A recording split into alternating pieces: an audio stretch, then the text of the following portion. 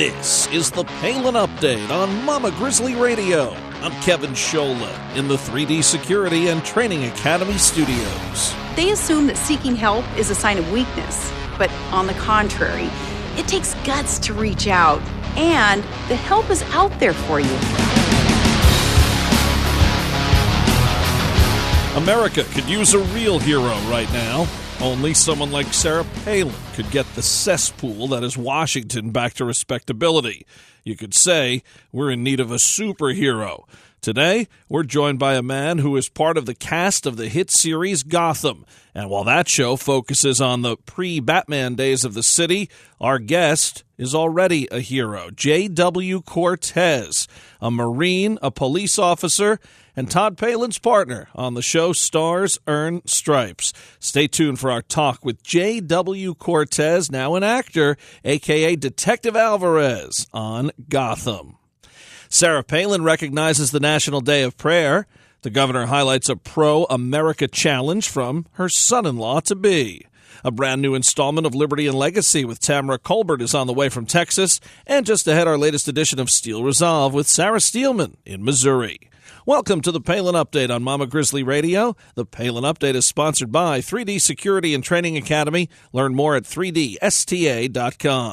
Today we're going to have some fun here on the Palin Update. J.W. Cortes joins us. He was Todd Palin's partner on Stars Earn Stripes. The former Marine is a police officer in New York City, and he's also starring on the amazing show on Fox, Gotham, which just wrapped up a very well-done Season 1. And right now we do say hello to J.W. Cortes and welcome him back to the Palin Update on Mama Grizzly Radio. J.W., how are you, my friend? I'm great. Thanks for having me again. It's been some time, huh? Little bit. I guess we've both been a tad busy, to say the least. And, a little while back, you and I did a Breitbart piece that, in case people did not get a chance to see it, and shame on those who didn't, but for those who did not read the J.W. Cortes Breitbart Gotham piece, let's tell people a little bit about your background and how you got this part on the show Gotham on Fox. Yeah, that's so basically just like every other New York actor who's been, beating the pavement out here trying to just make a mark. After I graduated from acting school, I was juggling, of course, my full-time job as a real New York cop. And, on my days off and what have you, I would just go out to these auditions, not knowing what the heck I was doing. Didn't know the difference between a headshot, which I had learned as a Marine, was something totally different than whatever the theatrical world called a headshot. But yeah, just beating the pavement, auditions after auditions, every once in a while getting lucky. And last year, right before my birthday and in our scheduled family vacation, I went out for this thing, didn't know a whole lot about it. And I got the call a few days later. After my audition, I was on an island next to Puerto Rico called Culebra, which is Spanish for the word of snake. So I'm on this island, and my phone rings, and it's my manager, and she's just literally hysterical on the phone, telling me that, they want you, they liked you, and yeah, you're effing Detective Alvarez, and it was just the best news, So that's kind of how it all started out for me, and then as the show progressed, I learned how little I was being told about my character, but as any good detective would have you, playing Detective Alvarez, I started to snoop around these comic book stores here in our real Gotham, New York City, and I started to learn that this guy was actually a comic book character, and it just kind of blew up from there. Now, as far as your background as a real police officer, how do you think that helped you get the role, and how does it help you portray Alvarez? I'll be honest with you, 99% of the time when I audition for something, even if I am playing a cop, that information isn't known to the casting director. So first and foremost, I tell anyone who is thinking of acting, you got to act. You got to know what you're doing up there. You got to know how to handle the material and how to craft a really good audition. So I don't know necessarily that being a cop helped me with my audition process so much as it informs some of my choices. So, for example, would a cop, go into an interrogation with a suspect with his weapon on? no, you would not, right? So those are things that most actors probably wouldn't know. And they would inform me because now I know that I don't have my weapon on me, so I got to be extra sensitive to what this person is saying through his body language, more so than whatever he's saying, verbally towards me. So those types of things helped me later on. And playing Alvarez, it's funny. I was on set one day, and one of the actors, she was having a hard time handcuffing one of the perpetrators, the perps, and just totally doing it wrong. But no fault to her. She wasn't the real deal, so she had only seen it, whatever, in television or films. So I kind of came over and I whispered in her. I said, I kind of know how to do this thing. And she didn't know I was a real cop. And finally, when I started doing it, she's like, "Wow, you've done this a couple of times, huh?" And I said, "Well, I'm actually the real deal. And this is how we do it." So at that moment, I had the aha moment from the rest of the cast who didn't know. And of course, they just came over and just poured on questions after questions.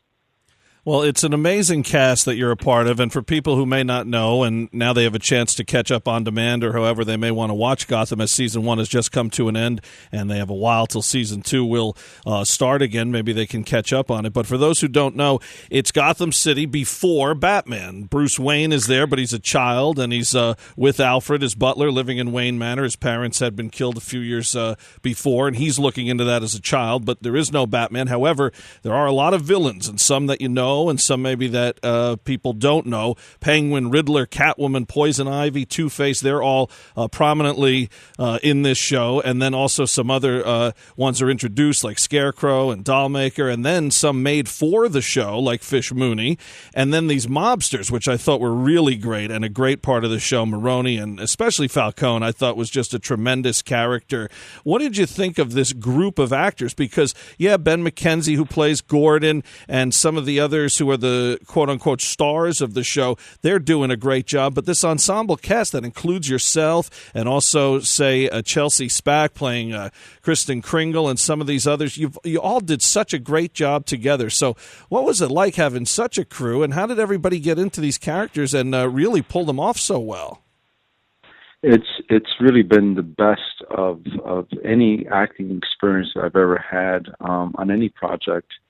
And it isn't always for me sometimes about the material that you're acting out. It's for me, a lot of it is the chemistry that goes on between these people who come together to bring a story to life. And I remember vividly my first day and I've never been so nervous ever in my life. I just wanted to do a good job. I wanted to, deliver what I thought Alvarez was doing at that moment and be truthful about what I was saying. And I remember the first actor who came up to me from the series regulars crew was Donald Logue. And I guess he may have sensed it, but he had the biggest smile on his face, and he put his hand on my shoulder and said, "Hey, man, I'm Donald. Welcome, Congratulations. We've been waiting to meet with you and stuff." And it doesn't always happen that way. Sometimes people, for whatever reasons, are a bit standoffish. They're in their own world.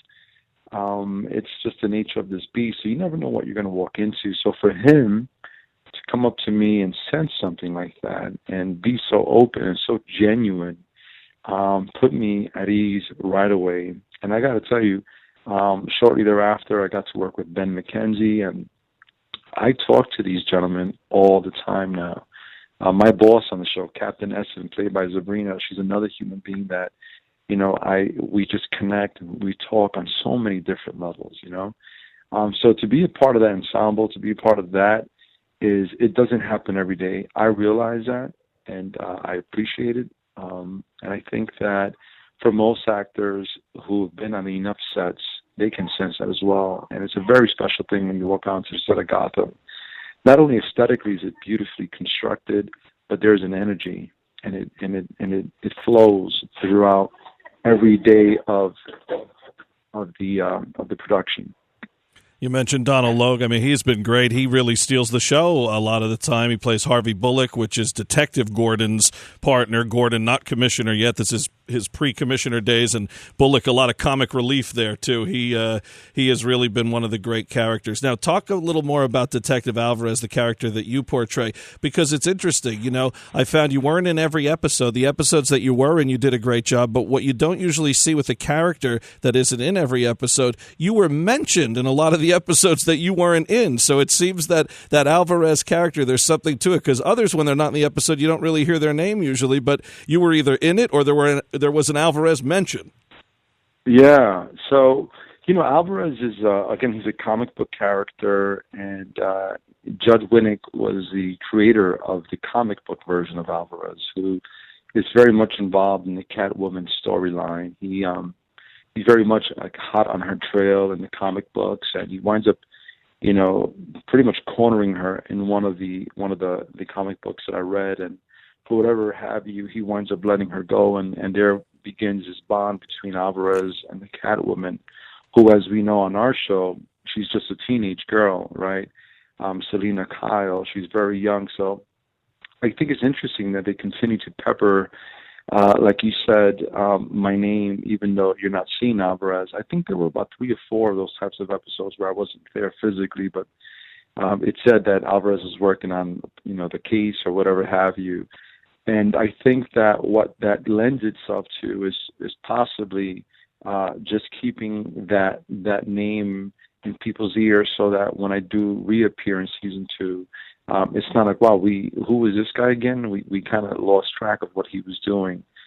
And I'm hoping, my personal hope is that it'll begin to find its way towards Selena Kyle's storyline, because she is such a huge part of the show and such a fan favorite. It'd be nice to marry those two relationships at some point, you know. What was your knowledge and interest in Batman before you got this gig? I know when we talked on the Breitbart piece, you said you liked the old show and you liked Cesar Romero's Joker character. You Batman fan growing up? Huge Batman fan growing up, tremendous. And I'm also, I love the Dark Knight, you know, the trilogy, and I mean all of these.